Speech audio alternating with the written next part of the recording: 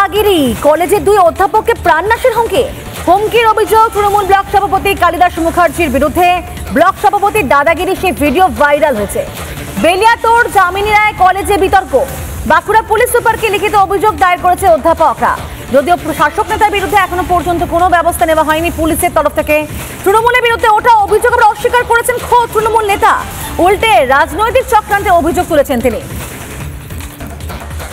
ভিডিওটা ফেসবুকে ভাইরাল হতে দেখেছি, সেখানে আমাদের উদ্দেশ্য করেই স্থানীয় শাসক দলের দুই নেতা কালী মুখার্জি এবং জয়ন্ত দাস আমাদের উদ্দেশ্যে বলে যে লোকাল মাতালদের দিয়ে আমাদের মার্ডার করিয়ে দেবে। তো আমাদের উপরে এইরকম ভাবে যদি আক্রমণ হয়, স্থানীয় মাতালদের দিয়ে যদি আক্রমণ করানো হয়, তাহলে আমাদের সিকিউরিটি, আমাদের যে ফ্যামিলি রয়েছে তাদের দায়বদ্ধতা কে নেবে? আমরা যখন লিখিত দিতে যাই, স্থানীয় প্রশাসন নেয়নি এবং সেই প্রশাসনই আবার যার বিরুদ্ধে অভিযোগ তার কাছে অনুমতি নিয়ে সেটা অ্যাকসেপ্ট করে। ফলে আমরা এসপি অফিস এবং এমনকি কোর্টের দ্বারস্থ হই, তখন সেটাকে তারা এফআইআর হিসেবে নেয়।